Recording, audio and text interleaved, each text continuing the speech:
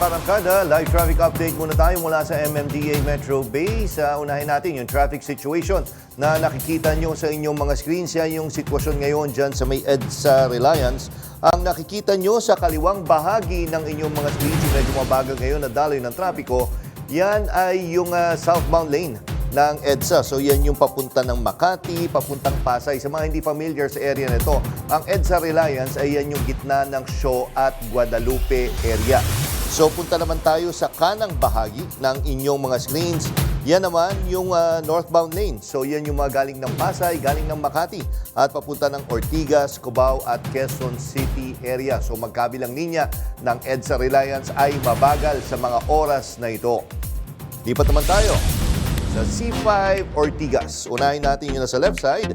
Yan yung mga sasakyan na papunta ng Rosario, papunta ng Cainta, papuntang Antipolo at papunta basically sa Rizal area, papunta yan Taytay. So medyo may build up lagi ng mga sakyan ngayon, lalo na rush hour. Samantalang nasa kanang bahagi ng inyong mga screens, yan naman yung galing Rizal area. At babaybay yan ng Ortigas, papunta dun sa Business District at papunta ng Green Hills, San Juan area. August 20, 2025, Miyerkules. Kalagitnaan na ng linggo pero tuloy-tuloy pa rin ang mga balita.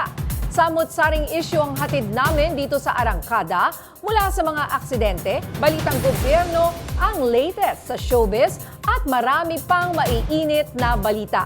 Kasama niyo pa rin kami sa Kwento ng Bayan at Lakas ng Masa. Ako si Nina Corpus. Bawat komento, pulso ng bayan, importante yan sa amin. Bawat issue, dadaanan natin yan. Kagapay nyo kami sa mga usaping hindi dapat palampasin. Live tayo sa DZMM Radyo Patrol sa Istrenta, 92.3 FM Radio Manila at lahat ng FMR station sa buong Pilipinas. Gayon din sa Signal TV, Channel 31. Ako, si Jack Batallones. Ito ang Arangkada Balita.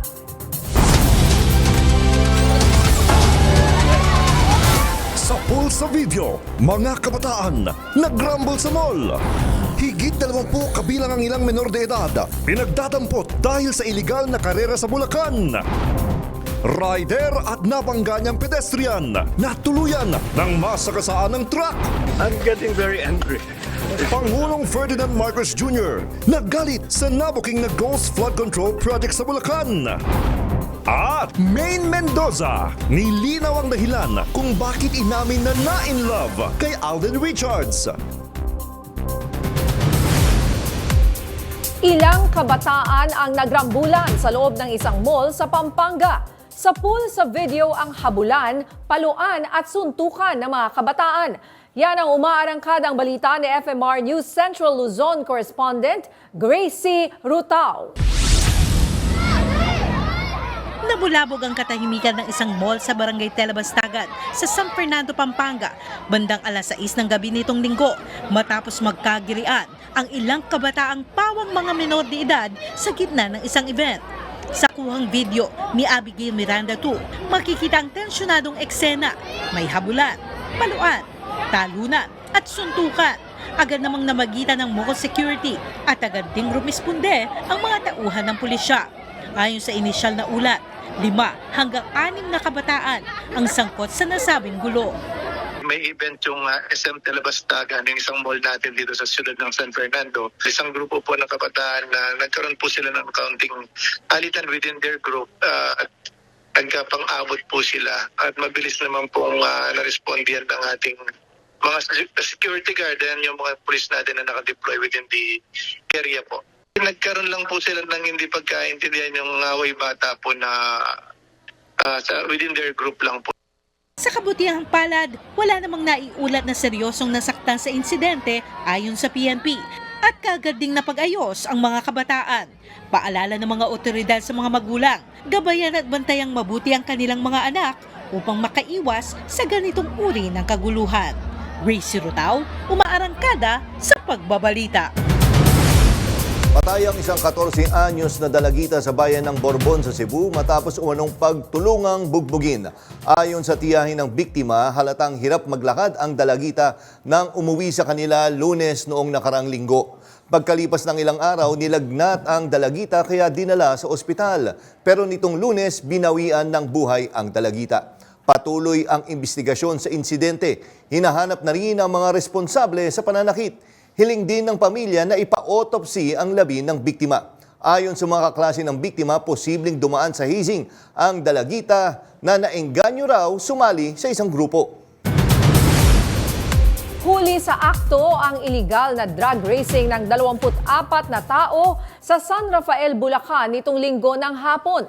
12 sa mga ito, menor de edad pa. Yan ang umaarangkadang balita ni PRTV News Correspondent Angela Babad.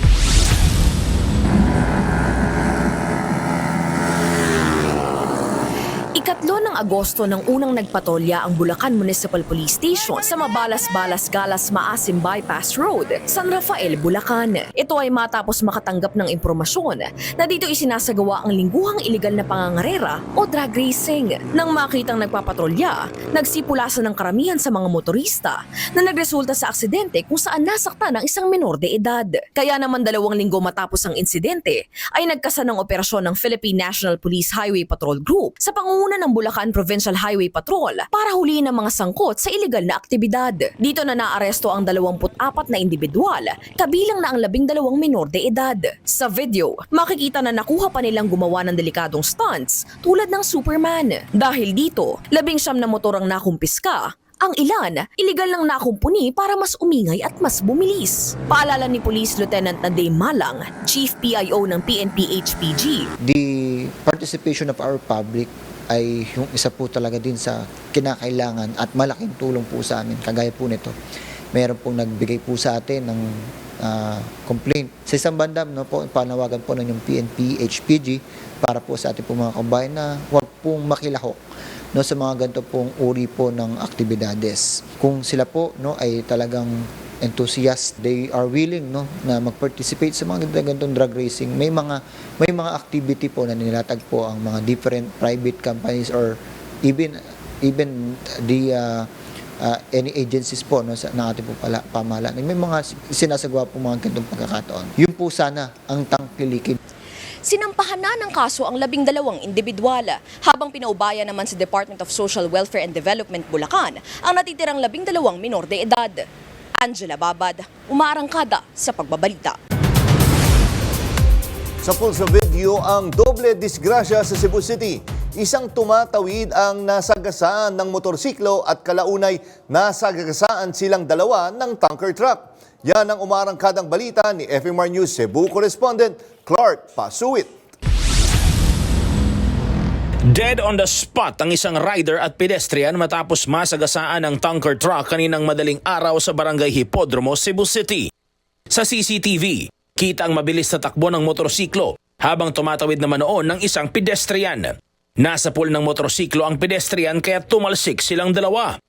Sakto namang dumaan ang tanker truck at nasagasaan ng 2. Nasa kustudiyan na ng Traffic Enforcement Unit ng Cebu City Police Office ang driver ng truck. Patuloy ang investigasyon ng mga otoridad sa insidente. Clark Pasuit, umaarangkada sa pagbabalita. Arestado ang dating Vice Mayor ng Lanao del Sur matapos masangkot sa road rage. May umaarangkadang balita sa FMR News Iligan correspondent Jam Nueva. Pasado alas 4 ng hapon kahapon, nakatanggap ng tawag ang Iligan City Police kaugnay ng reklamo laban sa isang puting SUV sa Macapagal Avenue, Barangay Tubod. Ayon sa reklamo, sumingit ang sasakyan sa kalsada, binaba pa raw ng driver ang bintana at ipinakita umano ang isang kalibre 45 baril. Agad na nasa kote ang sospek na kinilala bilang 39 anyos na dating Vice Mayor ng Lanao del Sur. Nahuli siya sa isang gas station sa poblasyon. Well, yesterday po, we have a accomplishment with regards to a individual for violation of Republic Act 10591. No? Nakuha sa in his possession is a caliber 40 1 steel magazine and 14 live ammunition. Nasa kustodiya na ng mga pulis ang sospek habang patuloy ang investigasyon. Jam Nueva, umaarangkada sa pagbabalita. Wala mang bagyo pero binaha ang ilang bahagi ng Davao City kahapon. Ilan sa mga naapektuhan ay ang isang bahagi ng isang ospital at evacuation center. Yan ang umarangkadang balita ni FMR News Davao del Norte correspondent Noreen Igonya. Nagmistulang mga laruan na palutang-lutang ang mga sasakyan na nakaparada sa parking area ng Southern Philippines Medical Center o SPMC sa Bahada, Davao City matapos itong malubog sa tubig baha matapos ang magdamagang pag-ulan. Ganun din ang naranasan ng mga motoristang dumadaan sa mga pangunahing kalsada ng lungsod gaya ng Damosa, Magsaysay, Tibungko at ilang mga kalye sa buhangin. Sa isa pang video na kuha ng FMR News, usad pagong ang mga sasakyan sa isang kalye ng isang subdivision dahil din sa pagbaha. Kaya naman maraming mga commuters na stranded ang ni-rescue ng Task Force Davao, Davao City Police Office at City Transport and Traffic Management Office. Di rin nakaligtas sa baha ang isang evacuation center sa Agdao na sinisilungan ng mga nasunugan. Ayon sa Office of Civil Defense Region 11 Regional Director Ednar Dayanghirang, ang magdamagang pag-ulan ay resulta ng easterlies. Nangyari sa pagbabaha kahapon is baka focus lang sa Davao City based sa monitoring ko sa mga probinsya, no? Easterlies ang tawag doon. Yung easterlies kasi, yan yung mainit na hangin galing sa karagatan, Pacific Ocean, at siyempre mainit doon, nag-evaporate yung dagat natin, at napadpad ang hangin papunta dito sa atin. Kagabi, kahapon, na-focus sa Davao City. Kinumpirma din niya nga sa Davao City ito nangyari at hindi naranasan sa ilang probinsya ng Davao Region. Humupa na rin ang baha, pero ayon kay Dayanghirang, ang paulit-ulit na pagbaha sa ilang lugar sa Davao ay resulta sa kakulangan sa maayos na drainage system. Nagpalala rin ang mga pasaway na residenteng gumagawa ng proyektong hindi umuugnay sa mga otoridad. Kailangan reviewin natin ang ating mga drainage system, ang mga kanal. Kasi kahit na may ulan, kung maganda ang ating drainage system, ang mga kanal natin, sana dadaloy lang yung tubig papunta doon sa dagat o papunta sa river, no? Iba naman pag ang river ang bumaha. Pero kagabi, hindi bumaha yung mga major rivers, no? Talagang doon lang sa mga kalye at sa mga barangay sa Mapurok. Noreen Igonya, umaarangkada sa pagbabalita. Niyanig ng lindol ang Batangas kaninang madaling araw. Naramdaman ang pagyanig hanggang sa Metro Manila. May report si Ryan Paraboles. Mag-aalauna ng madaling araw kanina, tahimik ang paligid sa bayan ng Calaca sa Batangas nang bigla na lang gumalaw ang mga gamit sa labas ng bahay na ito. Maging ang aso sa bakuran napatigil matapos maramdaman ng pagyanig. Sa lakas po ng lindol, ito po nangyari sa aming kusina. Sa barangay Kaibunga, nakunan pa ng residenteng si Marites Atahar ang nagkandahulog at nagkandabasag na mga gamit sa loob ng isang bahay, dulot pa rin ng lindol. Magnitude 4.8 na lindol ang yumanig sa bayan base sa monitoring ng FIVOX. Naitala ang sentro nito sa northeast ng Calaca at may lalim na 5 kilometro. Naramdaman ang intensity 3 sa pagyanig sa Quezon City habang intensity 2 naman sa Makati. Lumabas naman ang instrumental intensity 4 o ang lakas na naitala ng seismic instruments sa Santa Teresita, Lemery at Cuenca, Batangas, Carmona, Cavite, Muntinlupa City at Ginayangan, Quezon. Instrumental intensity 3 naman sa Bawan at Nasugbu, Batangas at Batangas City. Habang instrumental intensity 2 naman sa Abukay, Bataan, Mataas na Kahoy, Batangas, 13 Martires, Naik, Ternate at Bacoor City sa Cavite at sa San Pedro City, Laguna. Nitong Agosto 16 lang, naitala ang magnitude 4.9 na lindol 40 kilometro mula sa Puerto Galera sa Oriental Mindoro. Kinabukasan, naranasan naman ang magnitude 4.5 mahigit 50 kilometro mula sa Metro Manila, habang kahapon lang niyanig ng 4.8 na lindol ang Tagaytay City. Ryan Paraboles, umaarangkada sa pagbabalita. Aarangkada na ang pagkukumpuni ng 2 kilometrong San Juanico Bridge. Ito ay matapos na atasan ni Pangulong Ferdinand Marcos Jr. ang Department of Budget and Management at Department of Public Works and Highways na pabilisin ang pagpopondo at pagpapagawa ng tulay. Yan ang umaarangkadang balita ni FMR News Tacloban correspondent Jay Baryon. Inaprubahan na ng Office of the President ang initial release ng 520 million pesos request fund ng Department of Public Works and Highways Eastern Visayas. Ito'y para sa kabuang pagsasaayos ng mahigit 2 kilometrong San Juanico Bridge na kumukonekta sa Samar at Leyte. Ayon kay Office of the Civil Defense Regional Office Aid Director Lord Byron Toricarion na ang nasabing pondo ay kinuha sa kanilang National Disaster Risk Reduction Management Fund. Kaya nakikita natin yan, may mga start na, mga mobilization, mga movement dyan sa shoring ng bridge. This is because we have already approved, directed na ng Office of the President, yung DBM, to release the budget to DPWH.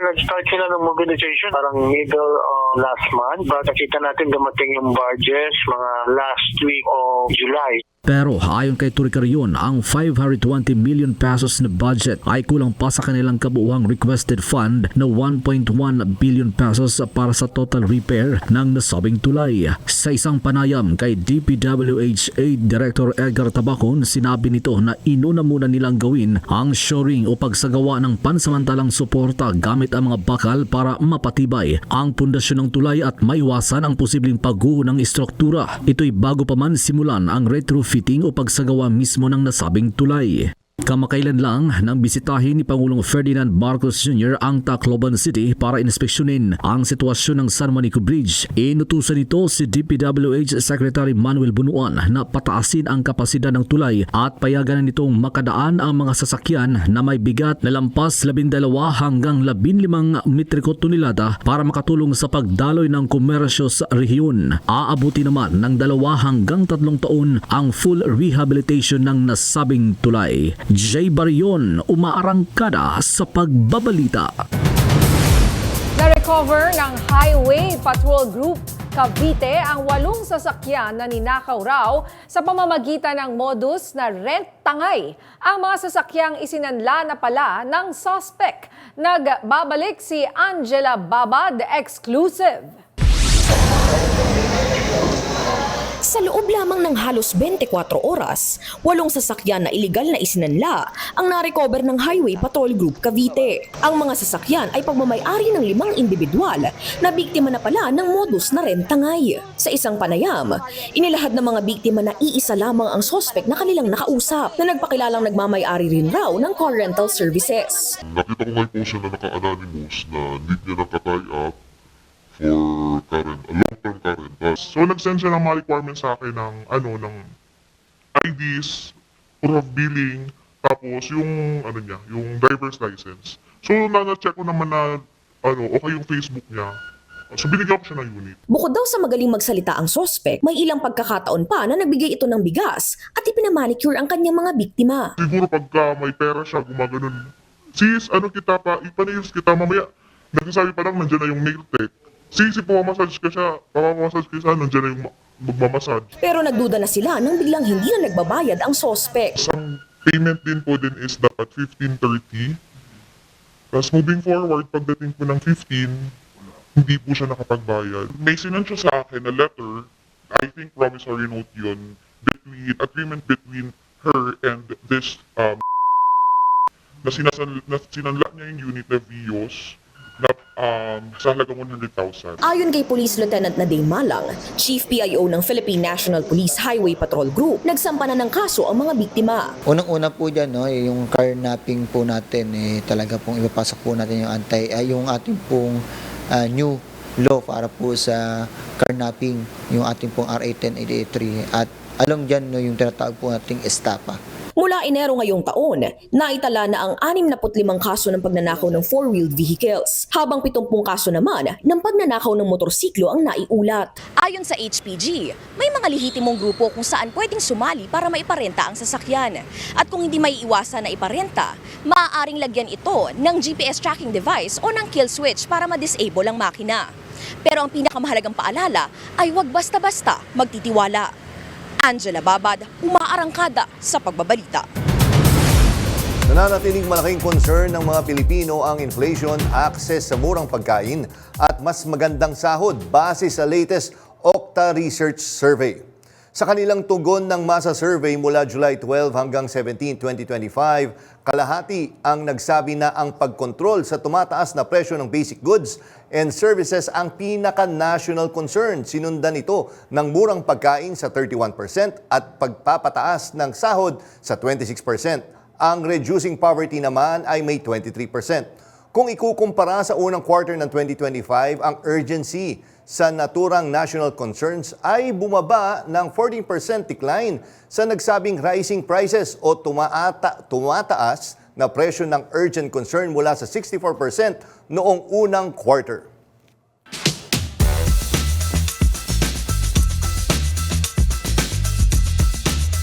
Mas himayin pa nga natin ang usapin na yan. Makakausap natin ngayong hapon si Professor Guido David ng Okta Research. Magandang hapon po, Professor David.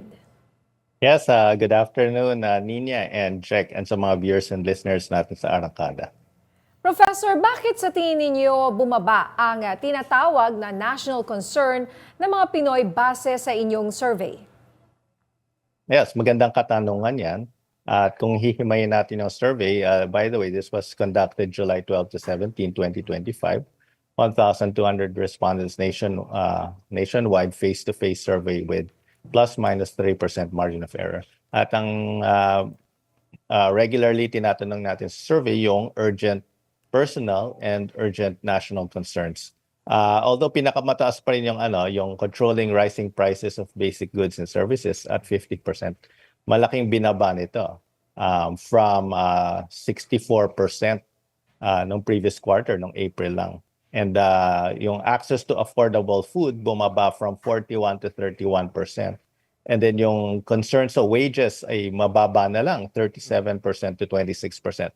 So lahat ito, Nina and Jack, connected sa economic situation ng bansa. Ngayon, may inflation pa ba tayo? Yes, meron, but it's 0.9% sa last na tingin ko, according to the Philippine Statistics Authority. And this is actually a very healthy inflation rate. So, nag-stabilize na yung presyo ng bilihin. Anong ibig sabihin ng 0.9%? Tumataas pa rin ang presyo ng bilihin, pero bahagyang-bahagya na lang. Hindi na tulad dati na napakabilis ng inflation. Aside from that, based sa Philippine Statistics Authority, kaka-release lang nila ng data ng August 6. Yung most recent unemployment rate is 3.7%.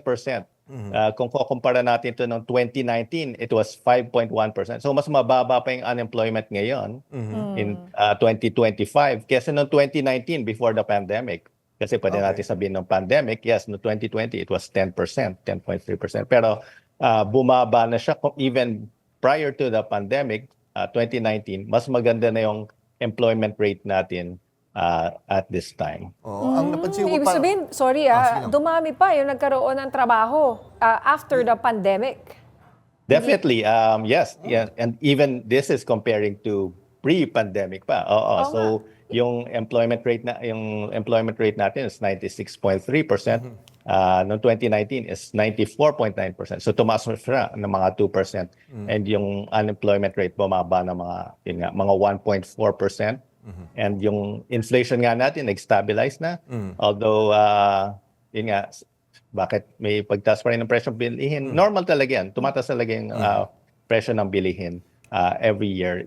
That's part of the macroeconomics. Pero basta controlled yung pagtaas ng presyo ng bilihin. Hindi yung bumubulusok tulad ng naranasan natin nung nagsimula ng gera yung sa Russia and Ukraine. Ngayon, stable na. Nakikita naman natin yung presyo ng, kunyari, ng oil, ng petrolyo. It's fairly stable naman. Hindi naman, in fact, minsan bumababa pa nga. Pero Professor David, ganito. So yun nga, nagulat ako doon, yung unemployment is, di ba? Even before even pre-pandemic level, mas maganda ngayon. Ibig sabihin ba, talagang bumalik na o dumami pa? Oo, yung opportunities. Kasi maraming, yung flexible na pwedeng work from home, yung flexible working arrangements. Anong work kaya? Oo, yun nga. Tingin nyo, sir, malaking tulong yun dahil meron ng work from home, yun nga, mga flexible na arrangements ng mga kumpanya po. I think na nakatulong yung mga flexible arrangements, and now it's easier even for Filipinos to work kunyari in another country na hindi siya aalis ng Pilipinas, di ba? Pwedeng hindi lang remote working dito sa Pilipinas, pero remote working sa ibang bansa. Sa halip na pupunta siya sa ibang bansa, andito lang siya basta may internet. Ngayon, bumibilis na rin yung ating mga broadband, yung infrastructure natin bumibilis. So, yan yung in part, whether, whatever political color natin, we have to say na this is good for the Filipino people. Kasi, di ba, yun naman gusto nating mangyari, di ba? Na gumaganda yung buhay natin at natutugunan yung mga problema natin. And we have to give credit to the administration dahil tinututukan yung mga problema ng ating mga, wala nang apple, gano'n. Basta tutukan lang yung trabaho, magawa yung trabaho para sa ating mga kababayan, bumababa yung unemployment, nag-stabilize yung inflation, nag-reflect yan sa survey natin, bumaba yung concerns nila about economic factors like sa prices of basic goods, yung access to affordable food, meron na tayong 20 peso bigas. So lahat na yan nakatulong at nag-reflect sa survey, which I think is should make the administration should give them confidence na they're going in the right direction, tinutugunan yung mga problema ng ating mga kababayan. So, Professor, kahit na limited lang, kumbaga hindi pa yung full rollout ng benting bigas, ay malaking epekto na rin ito para sa sabi ng Pinoy na yun nga, medyo nag-aayos na yung presyo ng basic goods despite the limited nga lang yung supply pa. Yes, and hindi naman kailangan 20 pesos talaga yung presyo ng bigas. Basta control lang yung presyo ng bigas, hindi yung tumataas siya na uncontrolled. So, yung 20 peso per kilo na bigas, it's more of symbolic siya. Pero basta yun nga, basta control yung presyo ng mga bilihin, I think it's already a success for the administration. Professor, nung ginawa niyo ba itong survey na ito ba ay fill in the blank or multiple choice? May mga choice. Kasi parang napansin ko, wala atang concern about health. Yun nga, Health services po doon sa survey. Actually, multiple choice siya. Meron siyang health, and normally talagang kasama yung health doon sa I'm not sure bakit pero doon sa urgent national concerns,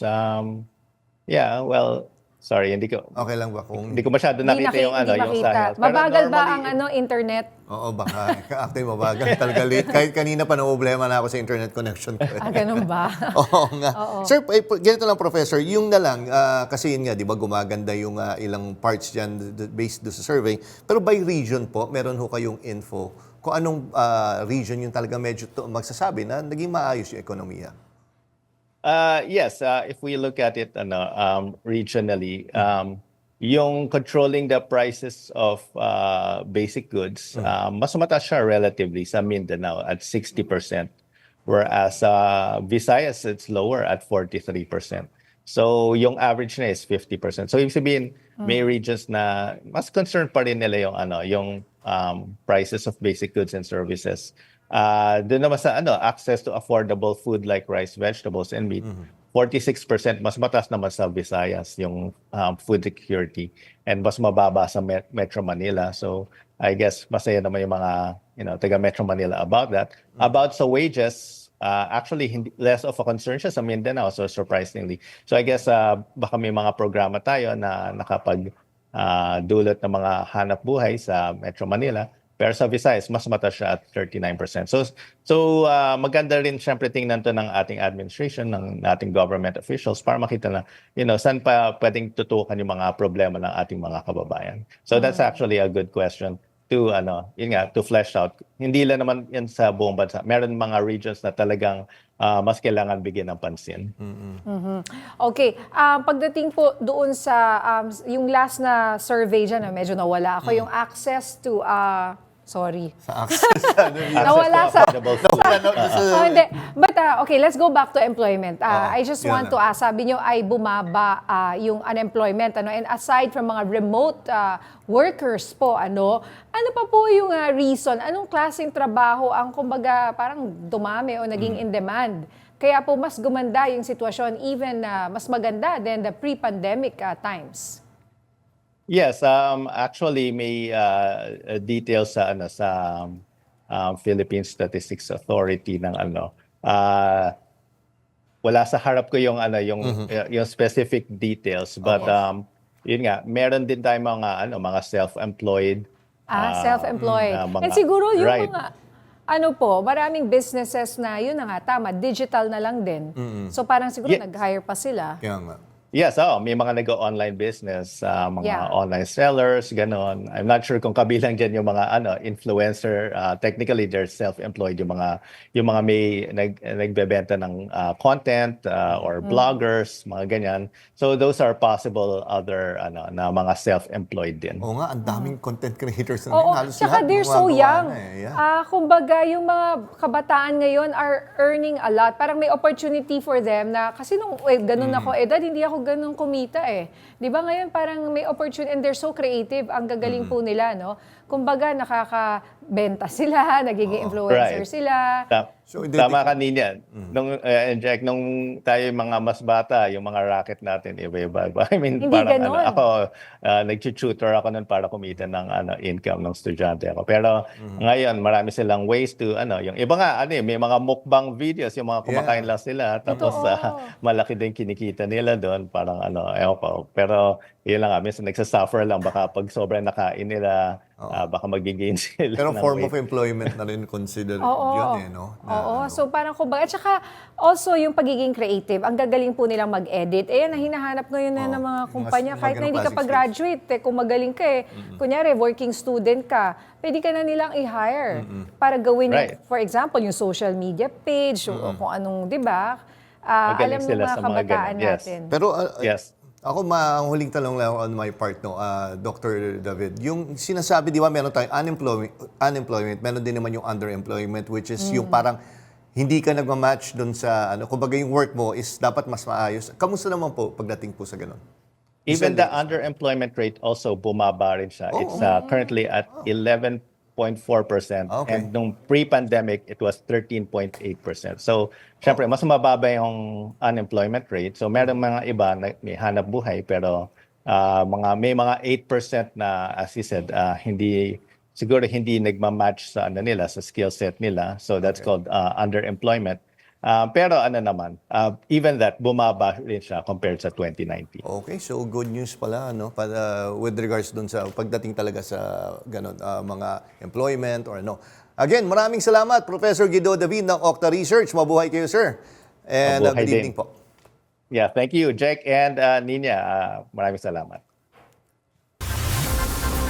Sa aming pagbabalik, 15 kontratista na may hawak ng pinakamalalaking flood control projects handang ipatawag ng Kamara. Marami pang maiinit na balita sa pagbabalik ng Arangkada Balita.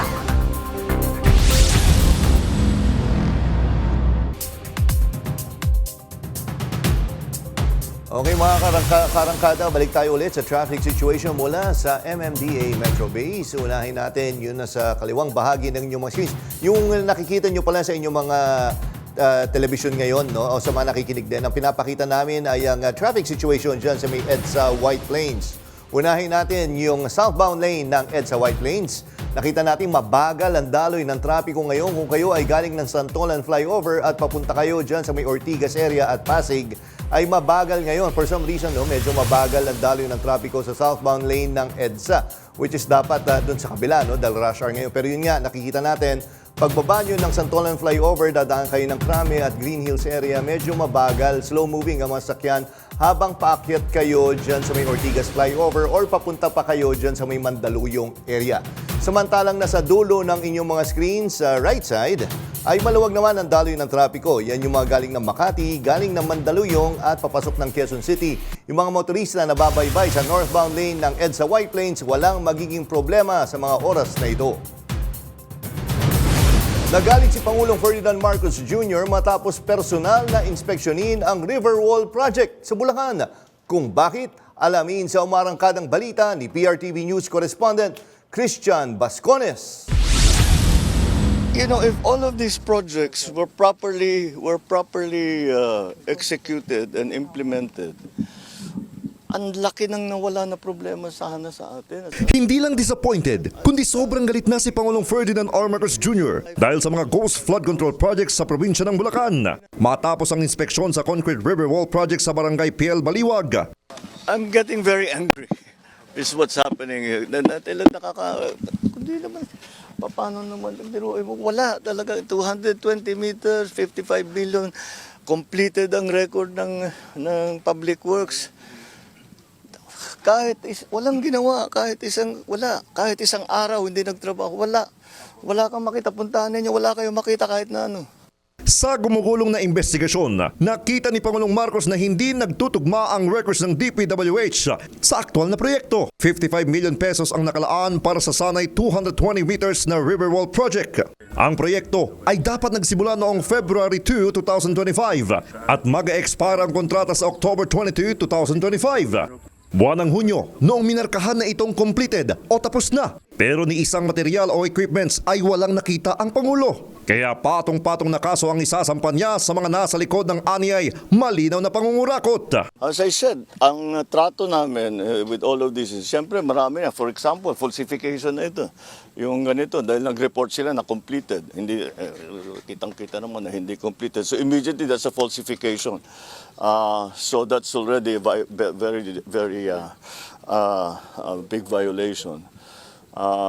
And for the big ones, talagang I'm thinking very hard to pipilahan natin sila na economic sabotage. Samantala, natanggap na ng Commission on Audit Fraud Office ang mga dokumento na kinakailangan sa investigasyon. Una nang naglabas ng memorandum si COA Chairperson Gamaliel Cordoba na nag-uutos sa lahat ng mga supervising auditors at audit team leaders ng DPWH Central Luzon District Offices na magsumite ng lahat ng kinakailangang dokumento. Agad naman naghugas kamay si Bulacan Governor Daniel Fernando na inosente siya sa mga proyektong ito. Anya, hindi ito dumaan sa kanyang opisina, kaya hindi mo na siya mangingialam sa investigasyon. May nilatag tayong proyekto. Ito yung Megadike. Ni-request natin sa ating mahal na Pangulo na lagyan ng feasibility study. Ito yung ating nilatag. Yung mga ginawa nila, hindi ko po alam yan. Hindi po namin nangyayari yun. Ayaw ko na pakialam sa investigation nila. Christian Bascones, umaarangkada sa pagbabalita. Isang malawakang cleanup at dredging operation na ang inilunsad ngayong araw sa San Juan River sa ilalim ng programang Bayanihan sa Estero. May umaarangkadang balita si PRTV News Correspondent Mari Ocampo.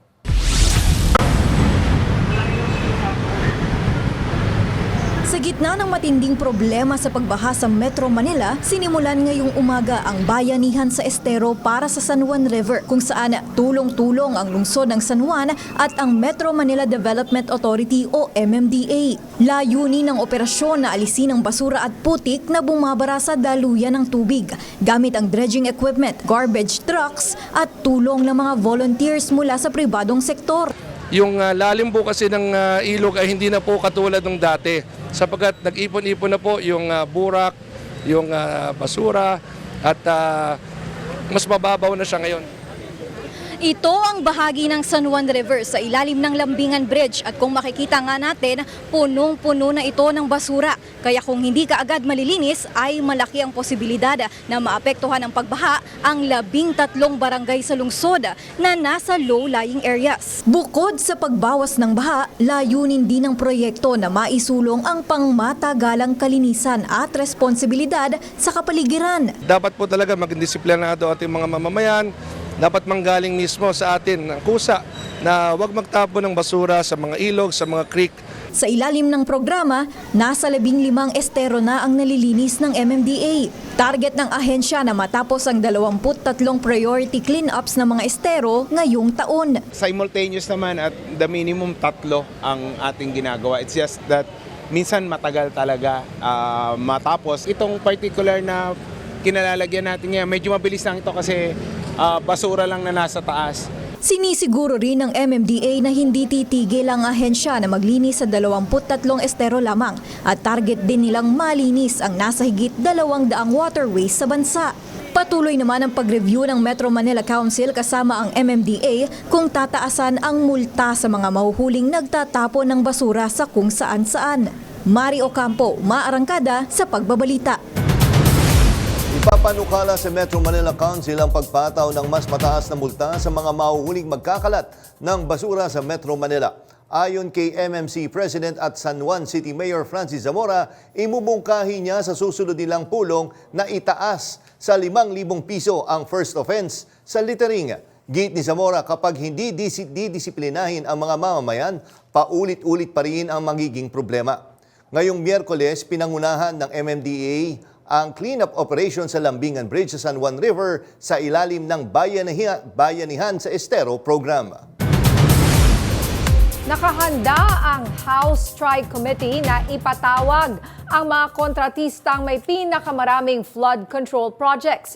Ayon kay Bicol Saro Party List Representative Terry Ridon, kapag nagsimula na ang pagdinig ng komite, kasama ang 15 kontratista sa mga pahaharapin sa Kamara. Layunin ng pagdinig na masiyasat ang umano'y katiwalian sa mga nasabing proyekto. Partikular na bubusisiin ang mga contractor na may maliit na kapital pero napakalaki ng hawak na halaga ng proyekto.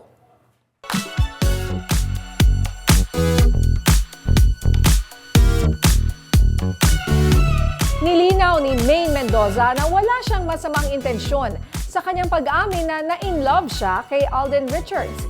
Yan ang umaarangkadang showbiz balita ni DJ Mama Mia.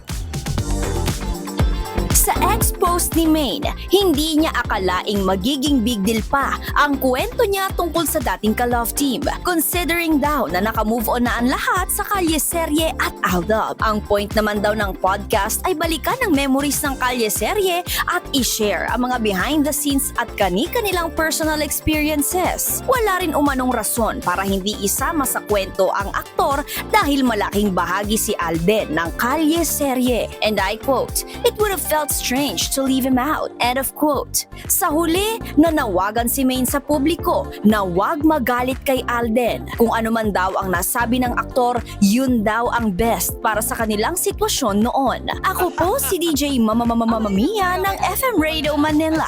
Umaarangkada sa Pagbabalita. Well, partner, na-follow mo ba yan dati, yung Aldab? Ay, silang dalawa, yung Aldab? Yes. Oo naman, sila yung sikat na sikat noon eh. Oo. Sobrang sikat nun nga. Gusto nga natin magkatuluyan sila eh. Pero yun nga eh, bentang-benta nun talaga sa mga ano. Well, marami talaga no, pero ako naman yan, na-entertain, pero not necessarily. Pero totoo rin pala, na-in-love rin naman pala sila. Hindi siya, hindi sila nag-a-act. Sabi ni Maine, di ba? Pero sinabi rin ni Alden dati na in-love din siya. Siguro hindi lang sabay, hindi ko alam. Well, may kanya-kanyang buhay na. Well, si Maine is with Congressman. Congressman, Yes, Arjo Ataide. Well, si yes. Alden ba meron? Parang wala pa. Pwede pa tayong mag-apply. Single, Oo. Alright. Okay, sa aming pagbabalik, tinderang abala sa mga customer na salisihan ng mga kawatan. Marami pang maiinit na balita sa pagbabalik ng Arangkada Balita.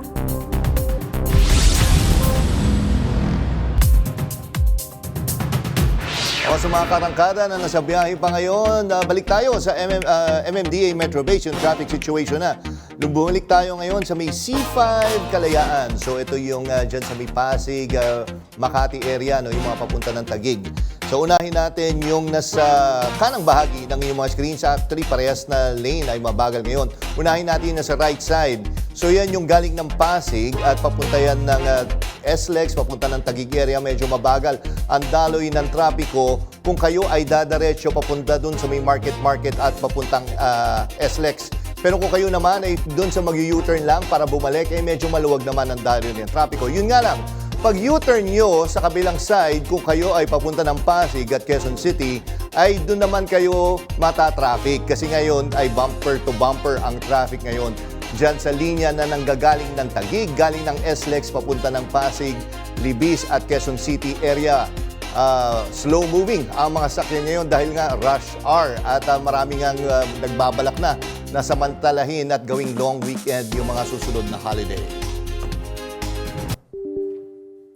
Sa pool sa CCTV ang pagnanakaw sa bag ng may-ari ng tindahan sa Tuguegarao City. Ang kawatan, sinamantala raw ang pagiging abala ng biktima sa pag-asikaso sa mga customer. May umaarangkadang balita si Ryan Paraboles. Sa tindahang ito sa Don Domingo Public Market sa Tuguegarao City, abala ang tindera. Kaya ang lalaking ito na kunwari pang pumipili ng sibuyas, biglang sumalisi.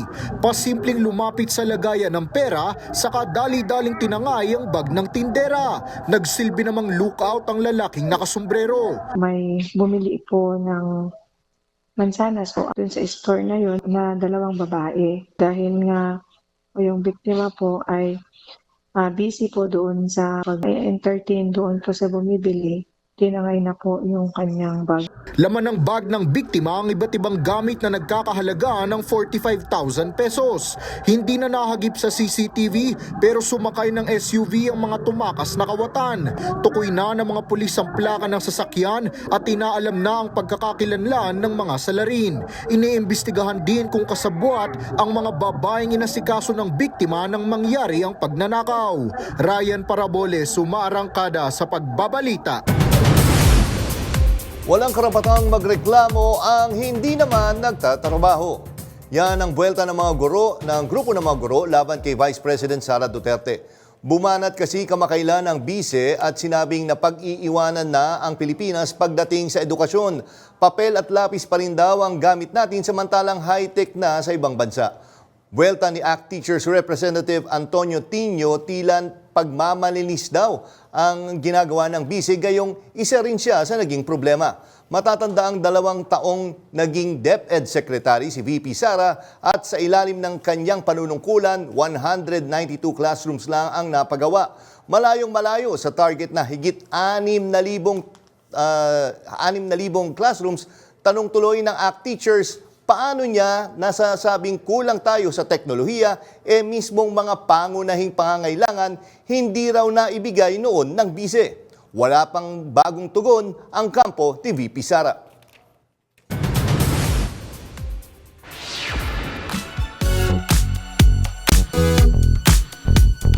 Sadyang sinunog ng car influencer at enthusiast na si Angie Mead King ang isa sa kanyang sports cars. Yan ang umaarangkadang showbiz balita ni DJ Mama Mia.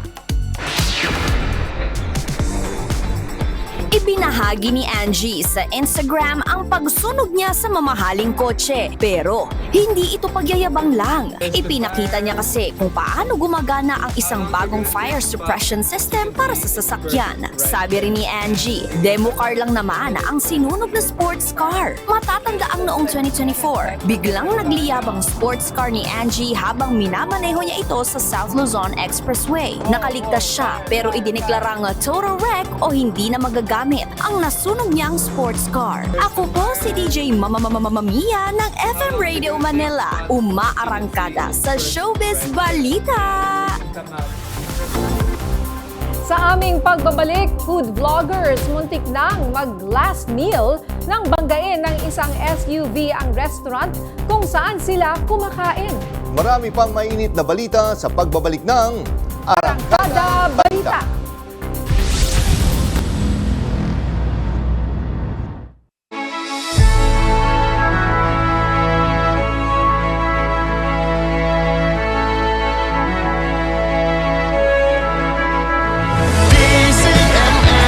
Radyo Patrol sa Istrenda, tapat at totoo, naglilingkod sa'yo.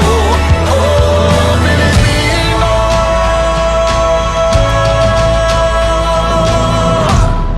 DCMM, Radyo Patrol sa Istrenda.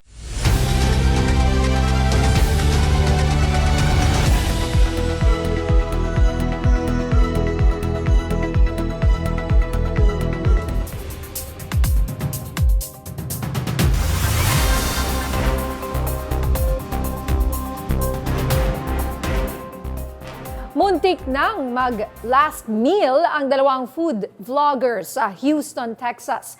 Nagsushoot ang dalawang vlogger sa isang restaurant nang bigla na lang mawasak ang glass wall sa kanilang pwesto. Binlangga na pala sila ng isang SUV. Sa lakas ng pagbangga, nagkabasag-basag ang salamin habang ang mga vlogger halos tumilapon. Shinare sa Instagram ng dalawang vlogger ang mga sugat na tinamo mula sa aksidente. Pasalamat pa rin daw sila na nakaligtas sa kabila ng disgrasya.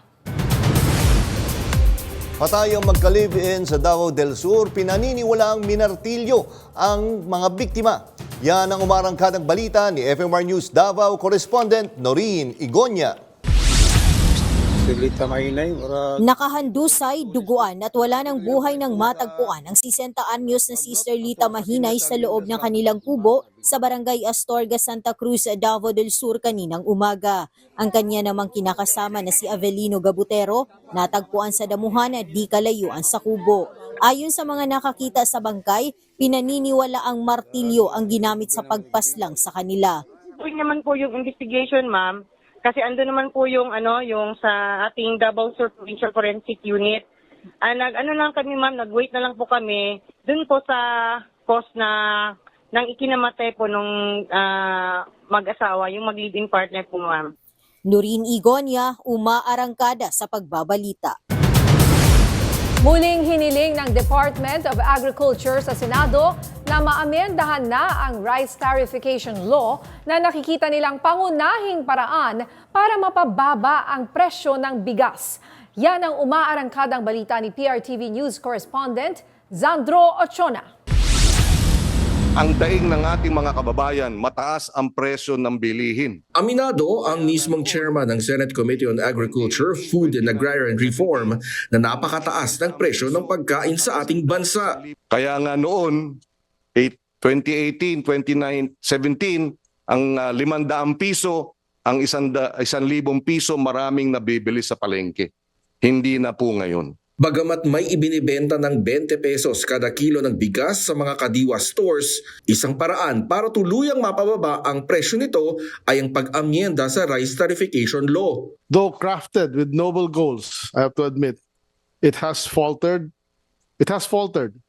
By fully liberalizing rice imports, it unintentionally undermined the Department of Agriculture and the NFA, stripping us of the ability to intervene and protect this most vital of commodities.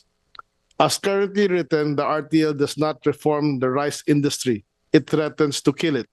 Sa pagdinig, kinwestiyon din ni Senador Amy Marcos kung ano ang plano ng pamahalaan, gayong hindi naman otomatikong bumababa rin ang presyo kapag ibinaba ang taripa. Nag-meeting kami when we were in India, the decision was, the immediate solution was, short-term solution is to stop importation by September 1 and no issuance of SPSIC for 60 days. With some economic managers nandun present, the idea is to watch muna after a month kung ano yung epekto. Ipinangako ni Chu Laurel na magkakaroon na ng linaw kung ano ang susunod na hakbang pagsapit ng October 1. Nakatakdang himayin ng komite sa Senado ang issue ng Rice Tariffication Law sa August 27 habang ang issue ng smuggling ng agricultural products sa September 1. Zandro Ochona, umaarangkada sa pagbabalita. Nanawagan na ang Metro Manila Development Authority o MMDA sa Lasal Green Hills na makipagtulungan sa paglutas ng matinding trapiko sa paligid ng paaralan lalo na sa Ortigas Avenue. Sa isinapublikong liham ni MMDA Chairperson Romando Artes, iminungkahin itong magsagawa ng mas mahigpit na traffic management sa loob ng paaralan at makipag-ugnayan sa kanila sa pagbuo ng Joint Traffic Management Strategy. Sa kabila kasi ng nagdaang mga dialogo sa paaralan, umabot pa rin sa 938 ang naitalang traffic violation ng No Contact Apprehension Policy ng MMDA mula July 18 hanggang August 14. Kabilang dito ang paglabag sa illegal parking, obstruction at unauthorized loading at unloading tuwing peak school hours. Sa papamagitan aniya ng pagtutulungan ng MMDA at Lasal Green Hills ay matutugunan na rin ang mabigat na trapiko at masiguro ang kaligtasan at magaan na ang paglalakbay ng mga motorista at commuter. Sasali na rin ang Bureau of Internal Revenue o BIR sa investigasyon ng mga maanomalyang flood control projects. Ayon kay BIR Commissioner Romeo Lumagi Jr., tututukan nila ang status ng mga proyekto at ang tax compliance ng mga kontratista. Makikipag-ugnayan din sila sa Department of Public Works and Highways.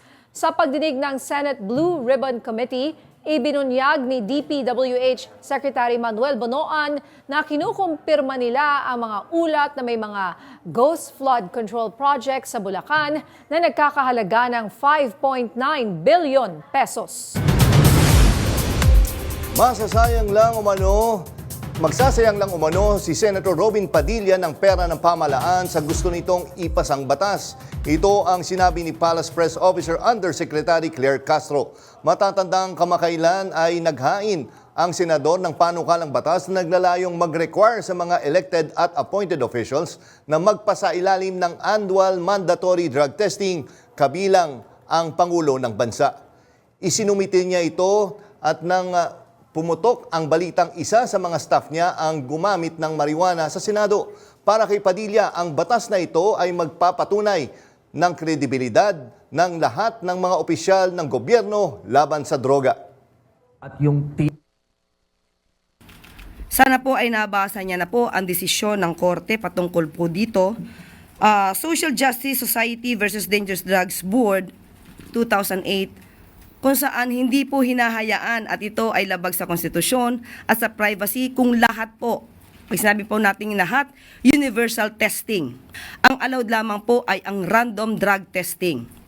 So baka magsayang lang po ng oras at pera, pondo, si Senator Robin Padilla. Aralin po muna niya po ang nais niyang gawing batas. Partner niya ito, nung kakalabas nga lang na balita, no, na-request na ng US ang extradition ni Apollo Kibuloy at kinumpirma to mismo ng ambassador natin sa US na si Jose Romualdez. So ito ang latest nga na balita na tututukan natin sa mga susunod na araw. Kung ito ba ay talagang mangyayari, ibig sabihin, hinihingi na nila kung ibibigay rin ng Philippines si Pastor Kibuloy sa Amerika. Oo, may mga kaso siyang kinakaharap doon. At yan ang mga balita ang umarangkada ngayong araw. Ako si Nina Corpus. At ako naman si Jack Batallones. Para hindi mahuli sa usapan, kapit lang hanggang sa susunod na Arangkada Balita.